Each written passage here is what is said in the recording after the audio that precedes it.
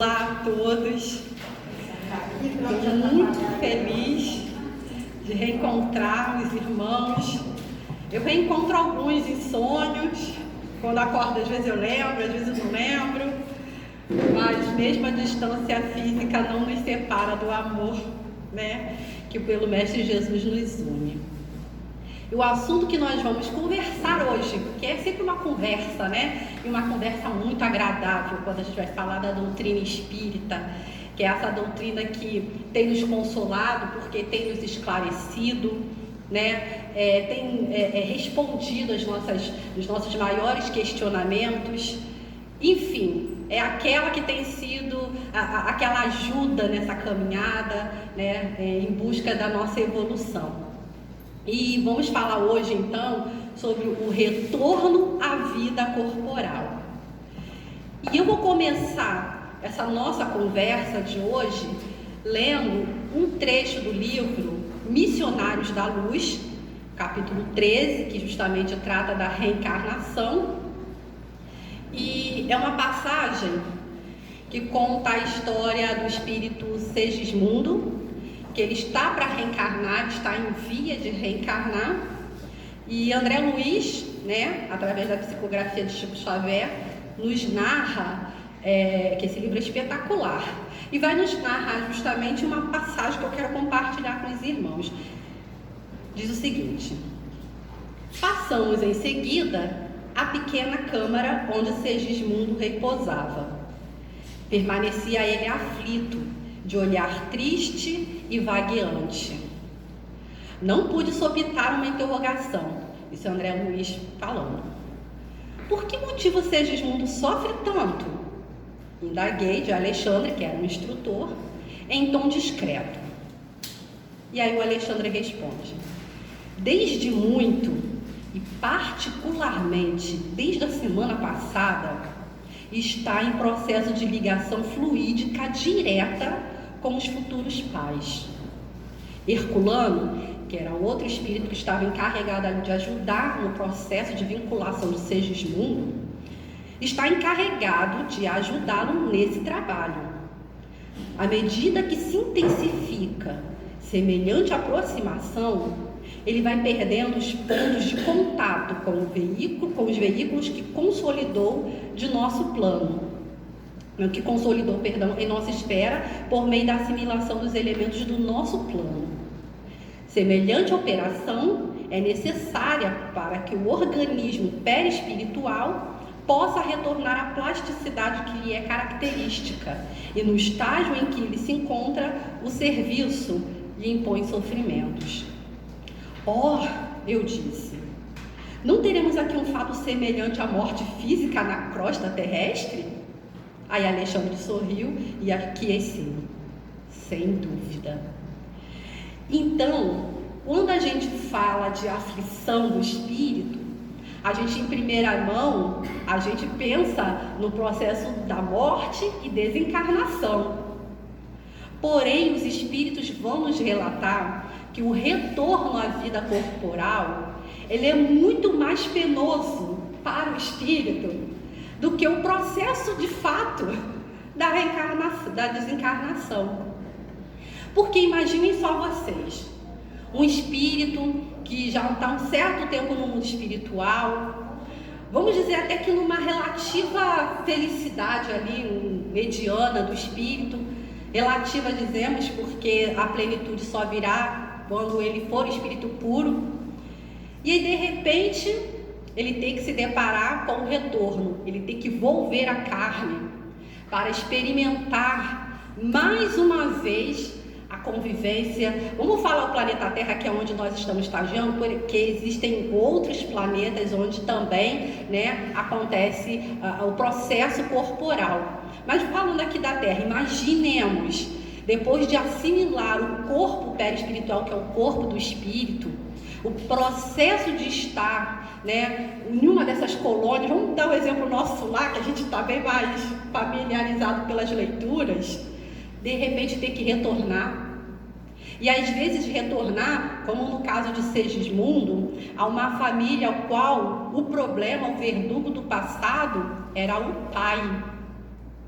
No passado, eles tiveram grandes problemas, inclusive estava havendo uma certa relutância, mesmo que de forma inconsciente, desse pai ao receber esse espírito em seu seio familiar como filho.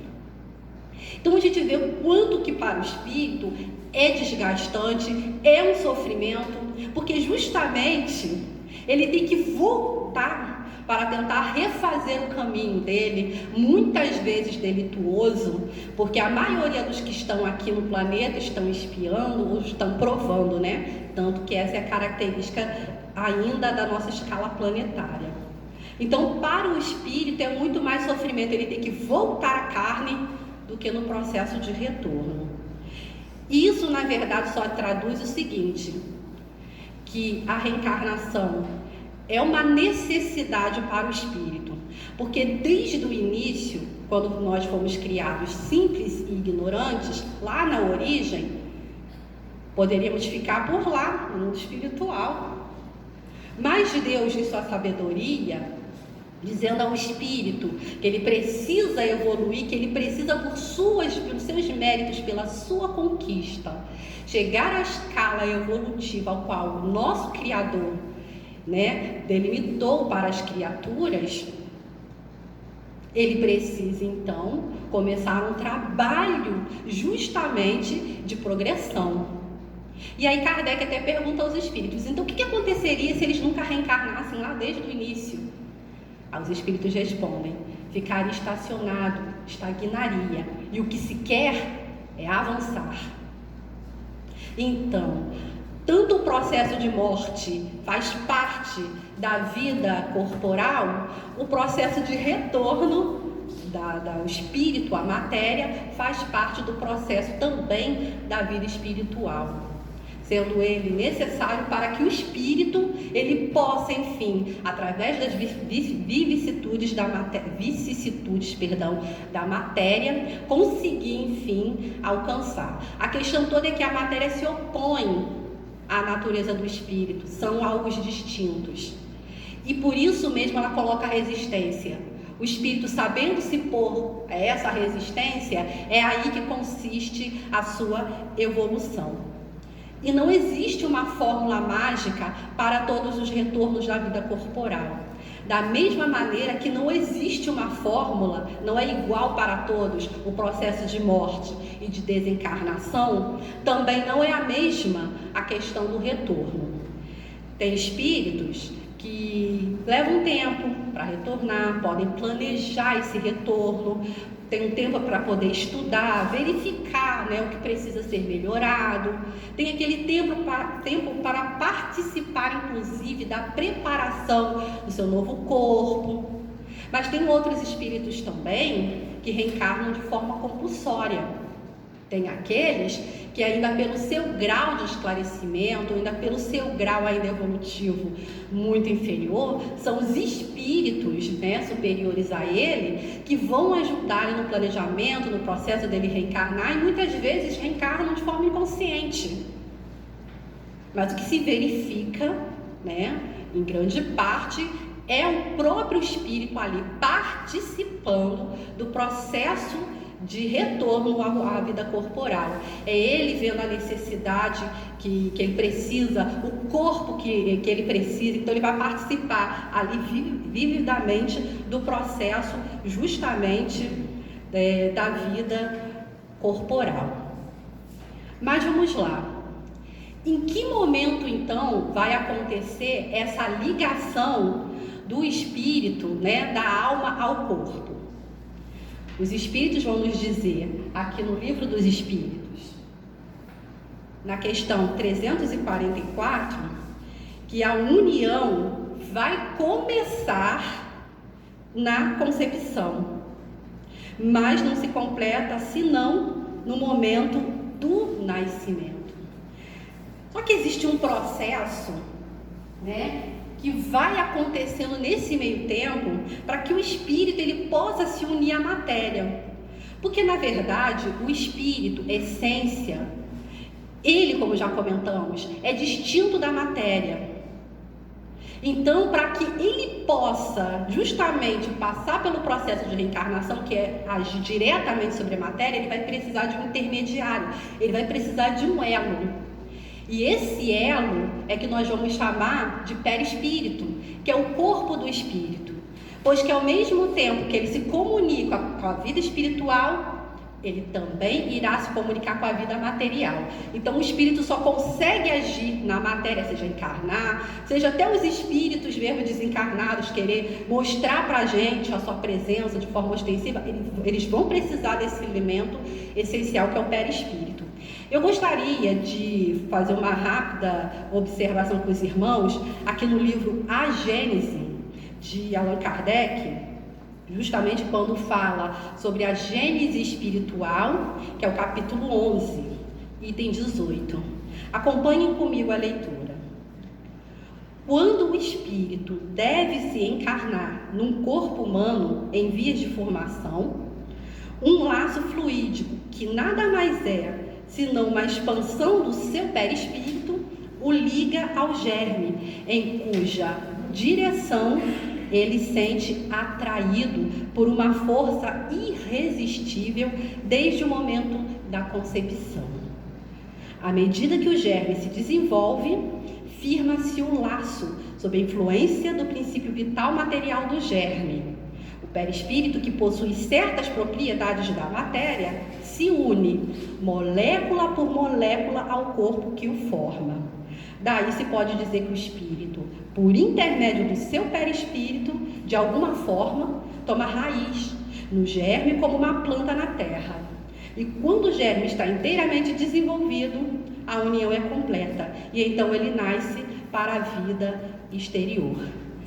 A partir desse entendimento que a gente vê aqui no livro A Gênese, que também a gente acompanha muito vividamente dos missionários da luz, vamos observar que quem então modela esse corpo é o perispírito.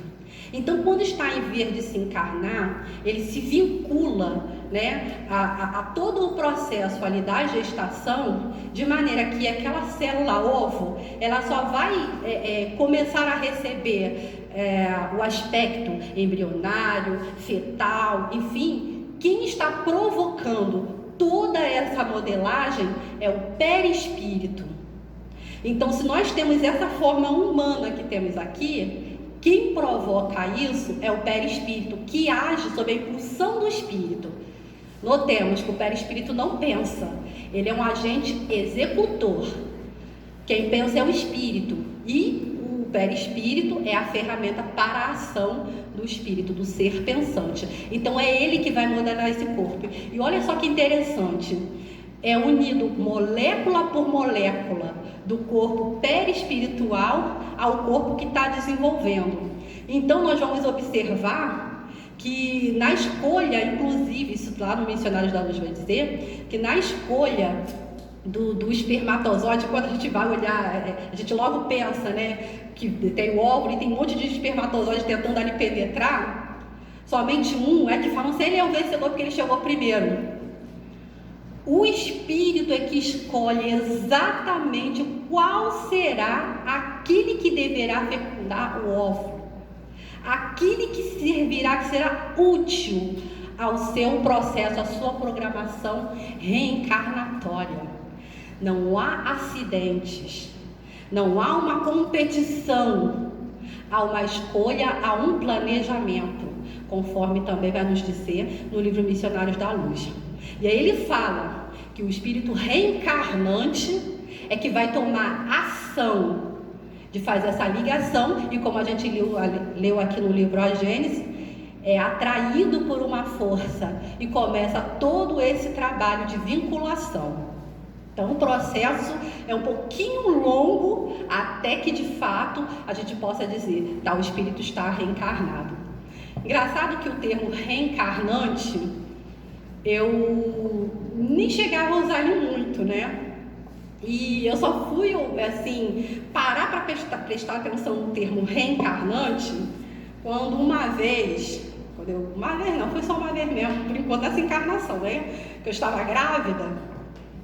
Só que assim, eu não senti os sintomas que geralmente são os clássicos, né? Que é ou tonteira, ou enjoo, né? Eu não senti nada disso. Eu senti foi um sono assim, brabo que me pegou, que eu dormi, se eu for dizer para vocês, desde as 3 da tarde, só fui acordar 1h da manhã, e do mesmo jeito que eu estava no sofá eu fiquei.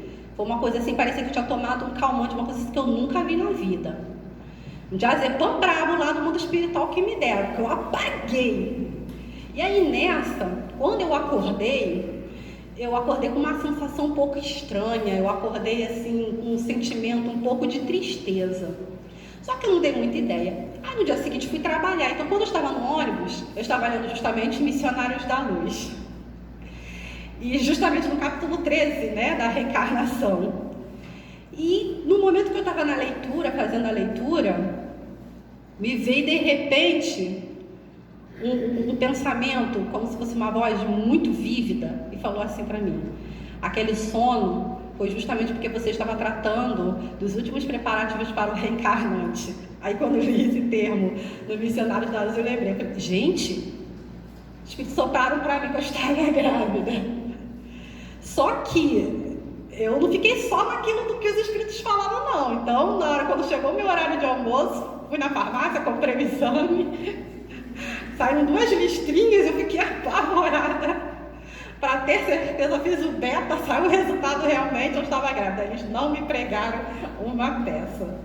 Então, nós vamos ver que justamente uma passagem aqui interessante, que eu anotei ainda do Missionários da Luz, que o espírito Alexandre vai explicar isso para o André. Por meio dos laços fluídicos do perispírito, corroborando com o que a gente leu no livro A Gênese, agindo sob a vontade do espírito reencarnante, atua sobre o óvulo, dirigindo na seleção do espermatozoide, de modo a escolher o mais útil à sua programação reencarnatória. E completa. Logo, mesmo nos casos de anomalia cromossômicas, não é um acidente. Antes, é uma decisão, um planejamento. Caiu como uma luva para mim, porque mais à frente depois eu descobri o porquê que, apesar da notícia da gravidez, porque eu estava programando querer ficar grávida, isso era muito recebido na minha família, no caso do meu marido, né, que era louco para ser pai. Enfim, estava tudo certinho, mas eu não sei por que eu não estava conseguindo expressar tanta felicidade, eu estava aflita. E ler essa parte aqui no Missionários da Luz me ajudou bastante, porque em certo momento da gravidez, entre 7 a 14 semanas, eu descobri realmente uma anomalia cromossômica, tanto que hoje o Sebastião tem síndrome de Down, e a leitura do livro Missionários da Luz me ajudou muito, porque justamente não me fez aceitar a questão, porque eu não tenho que aceitar nada. Não sou eu que estou passando pelo aquele processo, é aquele espírito que, por sua escolha, pelo seu planejamento. Claro que a gente toma parte disso como pais, é uma reunião que se faz. Às vezes, quando a gente sai dessa reunião no mundo dos espíritos, às vezes a gente acaba esquecendo um pouco quando estamos no estado de vigília, mas importa principalmente ao projeto daquele espírito que está para voltar. Então eu entendi que eu não tinha que aceitar, eu tinha que respeitar a escolha do meu filho, o processo dele, porque justamente até nas anomalias cromossômicas é decisão do espírito escolher exatamente o material genético necessário para que aquilo ocorra. A medicina chama de acidente, mas no mundo espiritual nós vamos compreender que é necessário, é planejado e é escolhido. E isso foi muito importante para que eu pudesse, enfim, compreender a questão, né, do meu filho, do para quê, do porquê, dessa escolha, dessa necessidade. Continuando, quando começa essa ligação, que os espíritos nos disseram que, né, desde o princípio da concepção, surge-nos uma pergunta, que não quer se calar, e também Kardec não se calou diante dela. Essa união da alma com o corpo, ela é definitiva? A partir do momento que começa esse trabalho de concepção, é definitivo? Ele vai seguir até o fim? Ou seja, durante esta primeira fase, poderia o espírito renunciar a habitar o corpo que lhe está destinado? Pode ser? Então, vamos lá? Você sabe a consequência que ele vai sofrer depois. Vamos lá, então, seu amor, como a gente fala nos estudos que a gente tem do livro dos médiuns, terça, deu uma estrelinha. Vamos lá. Aqui na questão 345, os espíritos respondem da seguinte maneira: a união é definitiva no sentido de que um outro espírito não pode substituir aquele que está designado para esse corpo. Porém, como os laços que o prendem são muito fracos, rompem-se facilmente. Pode, inclusive, romper-se pela vontade do espírito, que recua diante da prova que escolheu. Aí, nesse caso, a criança não vive. Então, tem espíritos que no processo lá que está montando, né, do seu corpo, em vez de reencarnar, de repente, no meio do processo da gestação, já está lá avançando, de repente, ele recua a prova, aí ele lembra que escolheu encarnar em São Gonçalo, por exemplo. Né? Se é difícil o processo de voltar, materialmente falando, bota aí em cima da conta ainda São Gonçalo. Coitado do espírito. Expiação. Expiação. Eu fiz muito débito, fiz muita conta no passado. E aí, para o espírito, ele pode muitas vezes recuar diante da prova. Isso acontece. E aí a criança não vinga. Mas olha só que interessante. O que vai acontecer então com esse espírito? A gente já viu desde o início que a reencarnação é uma necessidade. E que por mais que o espírito, por mais que esteja muito gostoso para ele lá no mundo dos espíritos, ele possa estar numa posição até que intermediária de felicidade. Mas se ele precisa reencarnar, ou seja, se ele é considerado espírito errante, que está entre um intervalo de uma encarnação ou outra, ou seja, ele ainda tem que reencarnar para se depurar, não vai ter jeito. Uma hora ele vai ter que, né? Vai ter que estar aqui no planetazinho. E se for em São Gonçalo, então nem se fala. Mas aí o que acontece se no meio do caminho ele desiste? Escolhe outro. Escolhe outro corpo.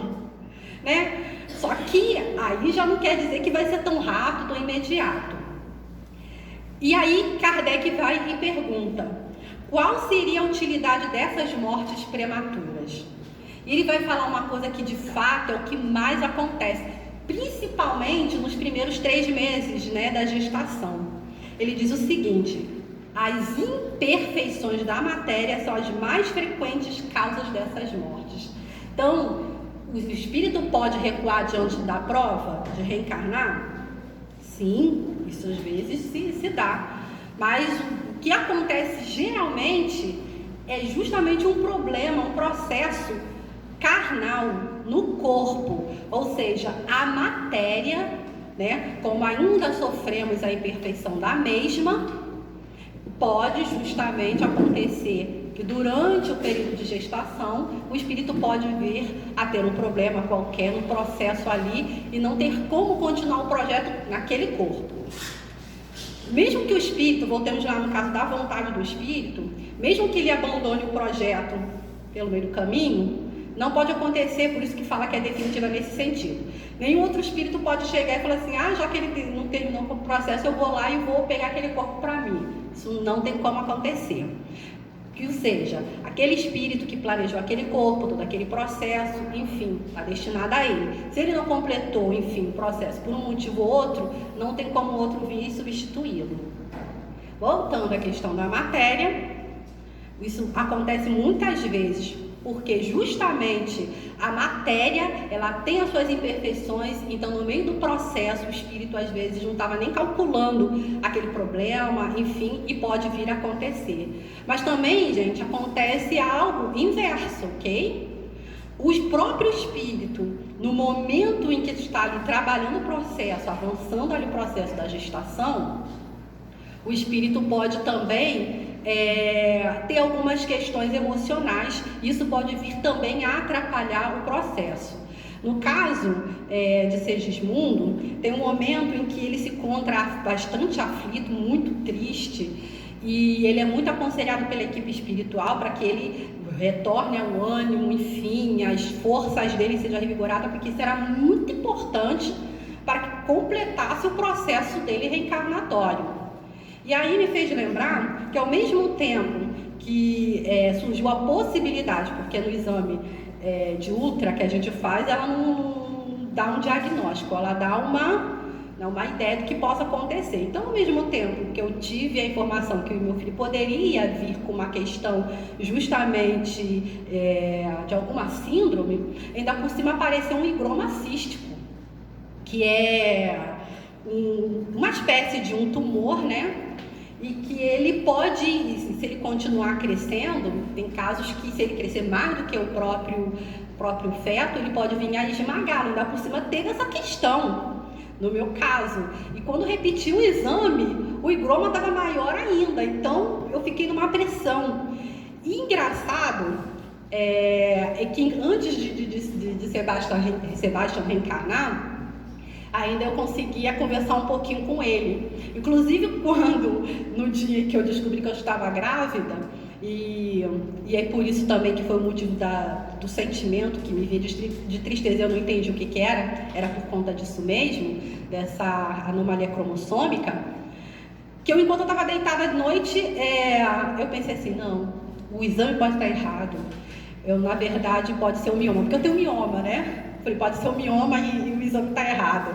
Aí de repente, tudo escuro, eu só vejo um rosto, os olhinhos puxados, e ele falou assim para mim, tá aqui o seu mioma.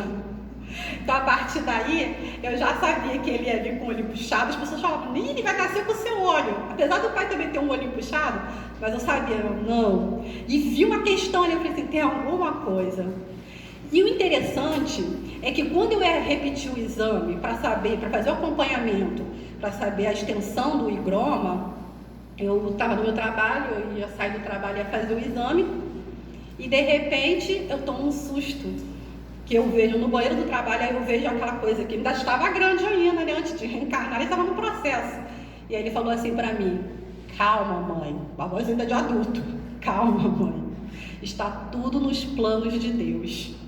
E aí, posteriormente, eu vim descobrir que ele estava passando por um processo de grandes emoções, até porque ele tinha vários questionamentos pretéritos, né, de outras encarnações, até inclusive a última encarnação dele foi muito conturbada, então ele tinha muitos amiguinhos, então assim, um processo, uma emoção muito negativa tomou conta dele no meio do processo da reencarnação, que justamente refletiu, uma vez que ele já estava começando a vincular, que nem no livro A Gênese fala, o perispírito vai ligando molécula por molécula do corpo perispiritual ao corpo que está em via de formação. Então, isso quer dizer que se algo afetar o espírito naquele momento, alguma emoção negativa, qualquer que seja, isso poderá refletir-se no feto. E foi o que aconteceu. Só que aí depois, ele refez, conseguiu, enfim, retomar a manobra. Quando eu fui fazer, então, enfim, o morfológico, e aí eu tive que fazer numa clínica especializada em medicina fetal, que a médica ficou surpresa, que simplesmente desapareceu o higroma. Ele nem fez diminuindo, ele sumiu completamente. E aí, na mesma hora, aí já estava com uma voz mais infantilizada, ele falou assim pra mim, tá vendo, mamãe? Fiz tudo certinho dessa vez. E ainda me pediu para gravar morfológico, eu gravei. Ele disse que queria estudar futuramente. Agora, se ele vai se lembrar disso agora que ele está encarnado, eu não sei. Tá lá, tá gravada, tá guardada. Mas aí, a partir daí, eu sei que a gestação, graças a Deus, continuou seguindo, enfim. Mas há, sim, essa interferência. E como a gente comentou nessa questão mesmo, do espírito poder conversar, né, enquanto acontece essa gestação, lembrei até da minha ex-sogra, que ela também tinha visto meu ex-marido, né, antes de encarnar, ele pequeno, ela sabia como ele ia ser, ele riu para ela, falou com ela. E se a gente for ver, tem vários relatos desse tipo. E eu lembro da questão que vai falar lá no livro dos médiuns, sobre a invocação, que Kardec pergunta se o espírito que está em via de reencarnar, se tem como a gente interrogá-lo, né, se a gente tem como chamá-lo para conversar, enfim, dado o processo que é, né? E os espíritos falam que sim, você pode evocá-lo, mas as respostas poderão não ser, né, tão lúcidas, porque o processo pelo qual ele passa é muito parecido com o processo de perturbação quando a gente desencarna. O processo é muito parecido, e à medida que a gestação vai avançando, cada vez mais esse processo de esquecimento, esse processo de falta de se identificar como um espírito, ele vai aos poucos adormecendo. Então é muito mais comum o espírito estar como a gente está quando estamos dormindo, no processo quando estamos dormindo, do sonho. É mais ou menos assim que o espírito fica quando ele está em vez de reencarnar. Claro que nos mundos mais avançados, onde a questão moral, né, a questão material está muito mais avançada, esse processo tanto de perturbação para a vinda como para o retorno, ele não é tão intenso quanto acontece aqui no planeta Terra. Então isso quer dizer que o espírito poderá estar muito mais lúcido, né, a nos responder, principalmente os espíritos superiores. Mas, voltando aqui para a nossa realidade, para o nosso planetinha, né, à medida que a reencarnação vai avançando, o espírito vai ter uma dificuldade sim em se reconhecer, em responder, enfim, porque tudo isso faz parte do processo. Conforme a gente pode intensificar aqui no livro A Gênesis, só para a gente poder, né, firmar o nosso entendimento. Olha só o que ele vai dizer, ainda no capítulo 11 da Gênesis Espiritual, item 20, que aliás é um dos capítulos assim, que eu acho mais interessantes do livro A Gênesis, e quem puder dar uma continuada no estudo em casa mais tarde vai ver que é espetacular. Ele diz o seguinte: um fenômeno particular, igualmente assinalado pela observação, acompanha sempre a encarnação do espírito. Desde que este é apanhado pelo laço fluídico que o liga ao germe, entra no estado de perturbação. Essa perturbação cresce à medida que o laço se firma. E nos últimos momentos, o espírito perde toda a consciência de si, de modo que ele nunca é testemunha consciente do seu nascimento. No momento em que a criança respira, o espírito começa a recuperar as suas faculdades, as quais se desenvolvem à medida que se formam e consolidam os órgãos que devem servir para a sua manifestação. Então, o que isso significa? Que por mais que a criança ela venha e ela nasça, ou seja, completou ali a reencarnação, então a gente pode dizer, não é mais um reencarnante, é um reencarnado. Ainda o processo de vinculação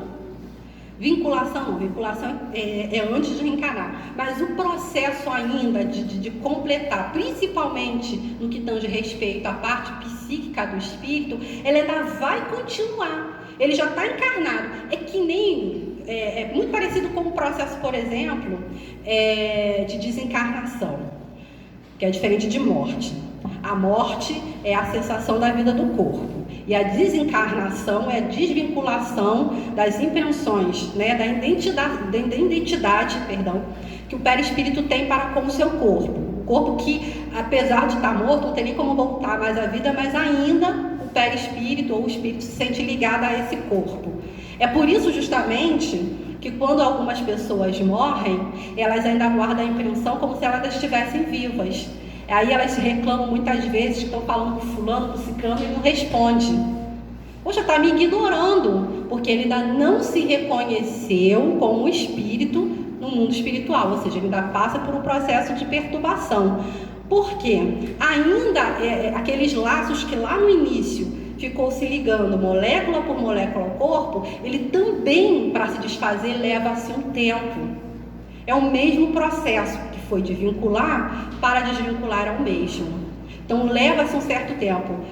E tem casos também que nos chamam a atenção, porque às vezes a pessoa ainda não morreu, mas o processo dos laços, na maior parte, já foram desfeitos.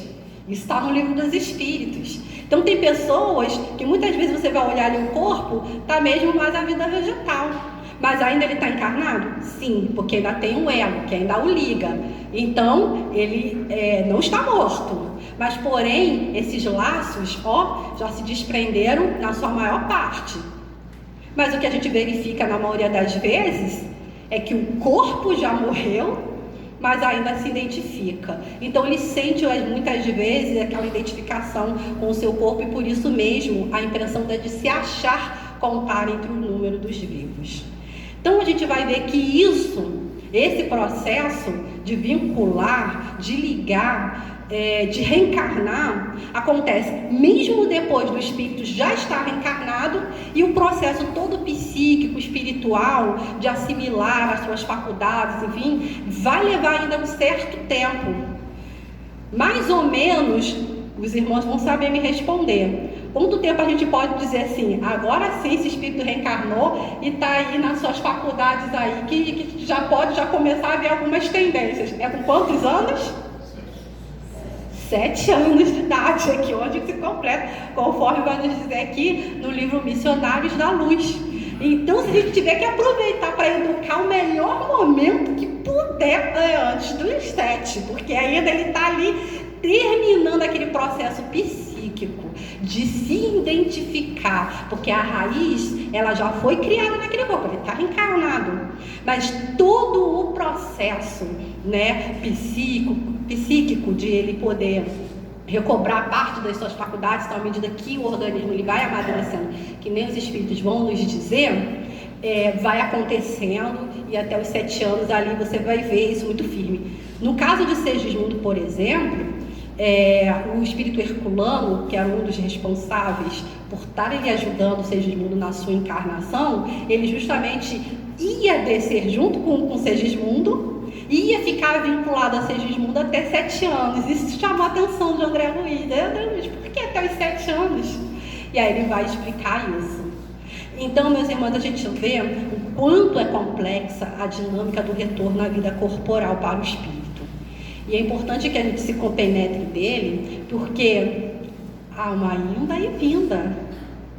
A gente vai, a gente volta. Esse intercâmbio aí é direto. E parece que cada vez mais está complicado de reencarnar, até mesmo aqui na Terra. Acho que Sebastião, coitado, suou, porque eu demorei para querer ser mãe. Tem tantos outros aí, sem contar na dificuldade material mesmo que existe, né, para que o espírito possa vir, possa voltar, né? Ou às vezes os pais que rejeitam o filho, né, em vias de reencarnar, ou o problema realmente da matéria, que muitas vezes atrapalha, o espírito não consegue concluir, e muitas vezes não é imediato o retorno, que Kardec vai perguntar, tudo bem, se acontecer um problema no meio da gestação e a criança não vinga, vai escolher outro corpo, tá ok, mas isso é imediato? Os espíritos vão falar que depende. Geralmente não é imediato, porque o espírito vai precisar de um tempo novamente para começar o trabalho de recompor um novo corpo, e fazer um trabalho de escolher todo o material genético, que não é só um material genético da mãe, é do pai também. Então, assim, é um trabalho muito, muito meticuloso, detalhista, e não é feito por um acidente, como muitas vezes a gente pensa que as crianças vêm aqui concebidas muitas vezes por um acidente, mas lá no mundo espiritual não existe acidente, há uma programação de fato, então vai se levar um tempo. Mas existem casos que às vezes acontece de ser imediato, e isso os espíritos vão explicar para Kardec quando justamente era para a criança não vingar mesmo, mas isso era mais uma prova para os pais, né, que aquela criança não viesse, mas aí já está programada, já está todo o esquema do seu retorno já estava também pronto, então ele pode vir reencarnar quase que imediatamente. Mas o que se verifica na maior parte é justamente ele precisar de um tempo para poder fazer esse trabalho que realmente tem que ser totalmente calculado. Então nós vamos ver que realmente a reencarnação é uma necessidade. Deixa eu até frisar aqui, no finalzinho, a questão 399 aqui do Livro dos Espíritos. Eu cheguei a marcar, porque ela importa de fato a todos nós. Os Espíritos assim o dizem. As vicissitudes, só para marcar, as vicissitudes da vida corporal são ao mesmo tempo uma expiação pelas faltas do passado e provas para o futuro. Ou seja, se eu me sair bem nessa, ótimo. Elas nos depuram curam e nos elevam segundo a suportemos com resignação e sem murmurar. Aí a gente já perde um pontinho, já perde uma estrelinha, se a gente reclama, né? A natureza das vicissitudes e das provas que suportamos podem também nos esclarecer sobre o que fomos e o que fizemos, como neste mundo julgamos os fatos de um culpado pelos castigos que a lei lhe inflige. Assim, alguém será castigado no seu orgulho pela humilhação de uma existência subalterna, o mal rico e o avaro pela miséria, o que foi duro para com os outros pela dureza que irá suportar, o tirano pela escravidão, o mau filho pela ingratidão de seus filhos e o preguiçoso por um trabalho forçado e etc. Então, significa a prisão para o espírito quando ele está retornando? Sim, é uma prisão. O inverso proporcional, é uma liberdade quando do processo do retorno à processo da vida espiritual.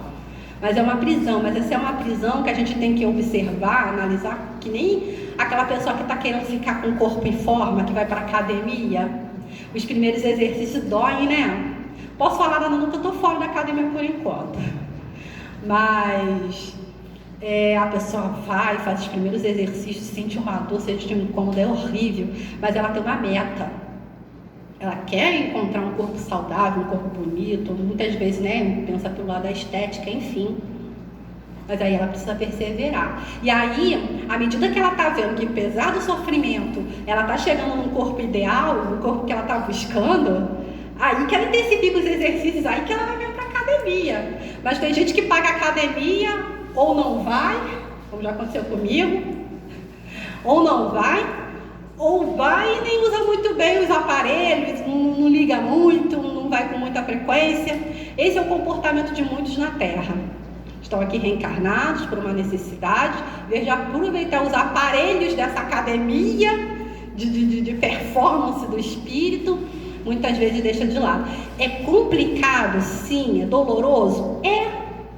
Porque a gente só tem momentos de felicidade, a gente não tem a felicidade plena, a gente tem apenas momentos de felicidade, né? E quando a gente passa por uma determinada prova, uma expiação sem murmurar, e que a gente vê que dá resultado, que a gente se sente até uma pessoa melhor, que a coisa vai mais suave até, mesmo diante das dificuldades, acaba sendo aquele processo da gente olhar, poxa, eu acho que eu estou aprendendo a lição. Isso é revigorante para o espírito, porque isso mostra que ele está cada vez mais um passinho próximo do nosso Pai Celestial. Porque só vamos compreender a Deus, e isso será um gozo pleno para o espírito, quando ele atingir justamente seu grau de perfeição. Aí que ele vai poder apreciar de fato o Pai. Essa é a nossa recompensa. É isso que a gente está buscando desde a nossa criação. E a experiência na carne e em outros mundos, de acordo com a nossa necessidade, é imperioso para que nós consigamos alcançar justamente esse passo. Então, eu vou concluir essa nossa conversa maravilhosa, porque falar da doutrina é muito maravilhoso. Lendo justamente, reforçando, vamos colocar assim, para que a gente não venha esquecer. Se alguém perguntar para vocês em que momento se dá a união da alma com o corpo, e a gente vai responder que os espíritos vão falar para Kardec, só para reforçar. Começa na concepção, mas não se completa senão no momento do nascimento. Desde o momento da concepção, o espírito designado para habitar o corpo, a ele se liga por um laço fluídico que vai se apertando cada vez mais até que a criança nasce. O grito que se escapa, então, da criança anuncia que ela se conta entre os vivos e servidores de Deus.